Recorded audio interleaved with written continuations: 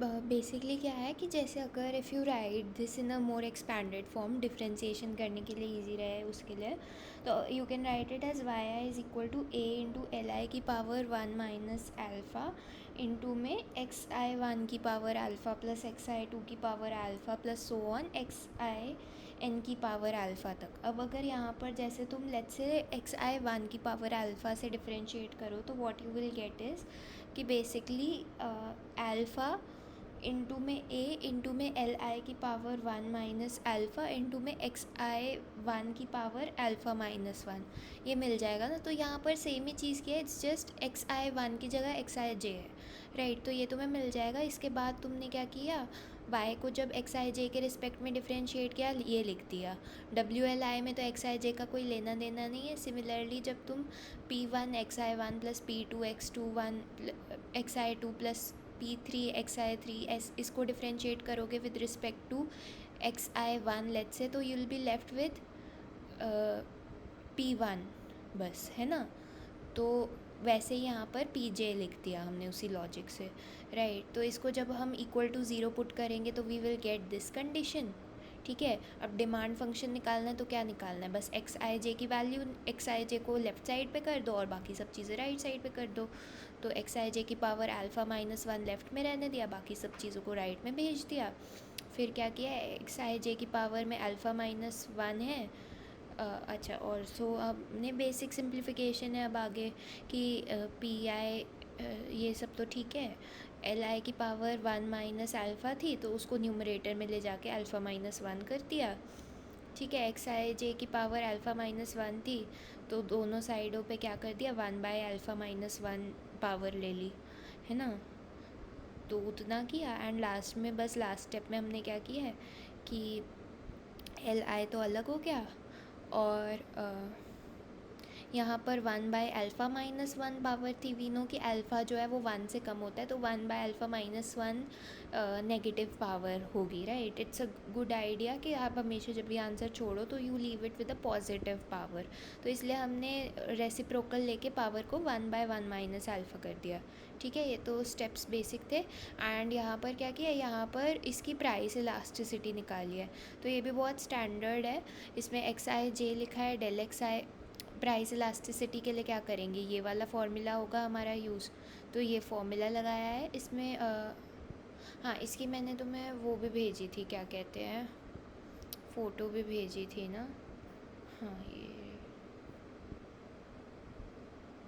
तो ये मैंने बस इसलिए भेजी है क्योंकि सर वाले में थोड़ा बहुत इधर घिच पिच था, तो इसलिए आई थॉट कि ये हेल्पफुल रहेगा। Del X I J by del P J की है, स्टैंडर्ड सा ही है, ठीक है। ये पता कर लो कि इलास्टिसिटी जो है वो -1 बाय 1 माइनस अल्फ़ा निकलेगी, ठीक है। तो जब ये पता चल जाए ना तो फिर मतलब simplification you can do accordingly. जैसे यहाँ पर हमने क्या किया, -1 बाय 1 माइनस अल्फ़ा को अलग से निकाल के रख दिया, बाकी सारी चीज़ों को अलग से रख दिया, ठीक है। ज़्यादा सिंप्लीफिकेशन डिफ्रेंसिएशन वाले स्टेप में नहीं है। फिर जब आप इसको पुट करोगे एंड फिर into P J by X I J करोगे, पी जे का स्क्वायर वो कैंसिल हो रहा है। और फिर यू कैन सी कि -1 बाय 1 माइनस अल्फ़ा को अगेन अलग से अगर लिखते हैं और अंदर वाले पार्ट्स को एग्रीगेट करें तो वी सी कि अंदर जो है एक्स आई जे ही बन रहा है। यही हमने डिमांड फंक्शन डिराइव किया ना अभी, जो अंदर बन रहा है। तो इधर न्यूमरेटर में एक्स आई जे आ गया, इधर डिनोमिनेटर में एक्स आई जे है, वो कट कट आके -1 बाय 1 माइनस अल्फ़ा रह रहा है। तो ये इलास्टिसिटी निकल गई, राइट। एंड ठीक है, तो ये इलास्टिसिटी निकल गई है। और इन्होंने आगे क्या किया हुआ है कि एक second,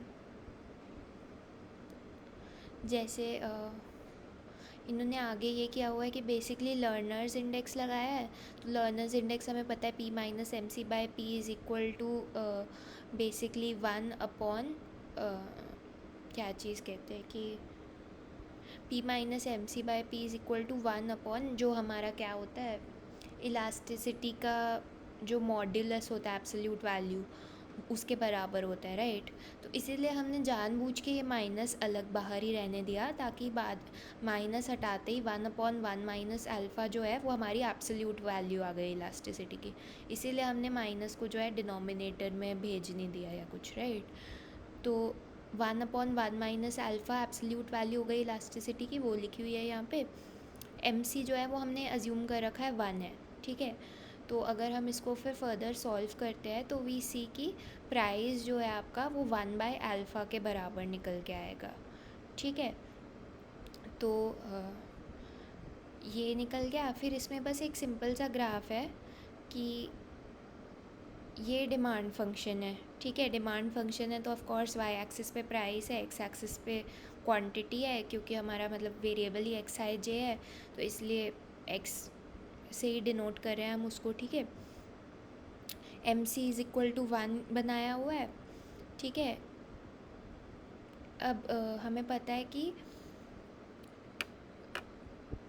P is equal to MC जो होता है, ये जो है हमारा ये इन्वर्स डिमांड फंक्शन है, प्राइस वाला फंक्शन है बेसिकली, ये MC है। ये दोनों इक्वेट होते हैं, जिधर उधर से कॉम्पिटिटिव क्वांटिटी आती है, तो ये तो कॉम्पिटिटिव क्वांटिटी हो गई X डबल स्टार, राइट।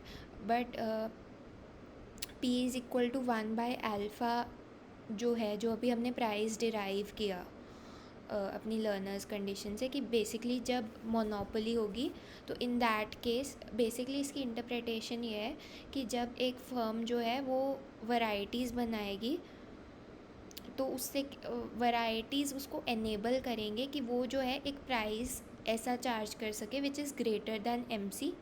तो इसलिए वो फर्म जो है वो P is equal to 1/α charge कर सकती है। 1/α इज़ ग्रेटर दैन 1, क्योंकि अल्फ़ा जो होता है वो फ्रैक्शन होता है, फ्रैक्शन से डिवाइड करोगे तो ग्रेटर दैन 1 आएगा। तो अगर ऐसी फर्म जो प्राइस चार्ज करेगी, जो वैरायटीज़ बना रही है, वो एक ऐसा 1/α के बराबर प्राइस चार्ज करेगी, और फिर वो जो मार्केट में क्वांटिटी बेचेगी, X स्टार बेचेगी, which will be less than X double star, कम सप्लाई करेगी, जैसे मोनोपोलिस्ट करता है नॉर्मली, या कोई भी इम्परफेक्ट कंपटीशन में होता है, ठीक है।